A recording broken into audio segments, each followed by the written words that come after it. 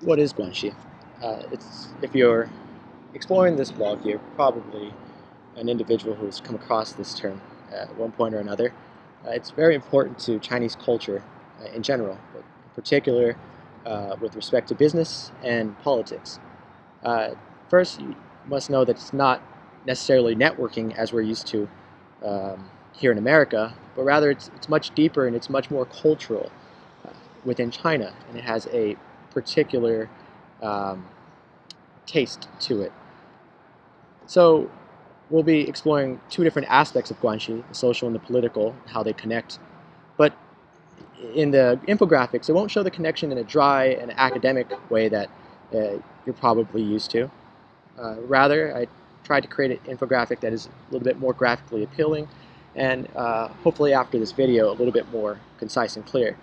The information was attained from Reuters, and they have an interactive graph, but this video just explains static profiles that I've created for the Politburo Standing Committee. So to begin with, we'll start with the social part of Guanxi. So it exists on three fronts: coalitional, Guanxi, family, as well as personal. Coalitional relationships are built throughout the career of an individual. The family relationships are relationships that are transferred through family, and personal are simply connections such as mentorships and so forth. So we can see that these three social categories are present for every individual.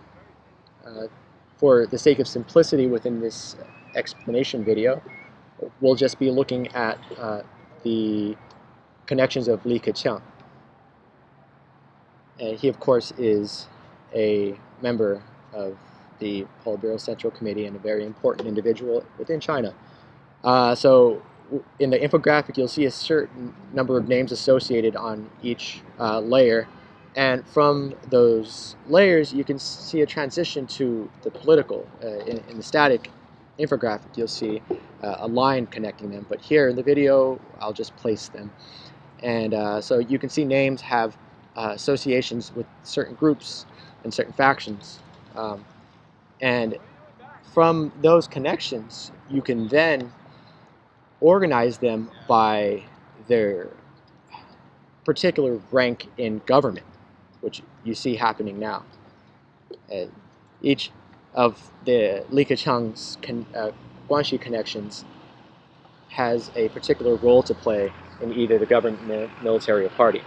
And then, in the end, you'll see a separate infographic for that particular profile that will do a side-by-side comparison of the social and the political connections. And from this, hopefully, you can get a solid takeaway of how deeply ingrained this idea of Guanxi really is, and how prevalent these connections are.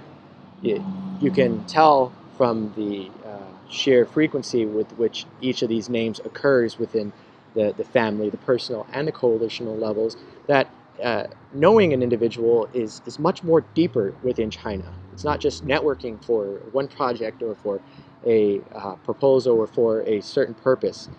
Rather, it's a lifetime connection that you have to maintain.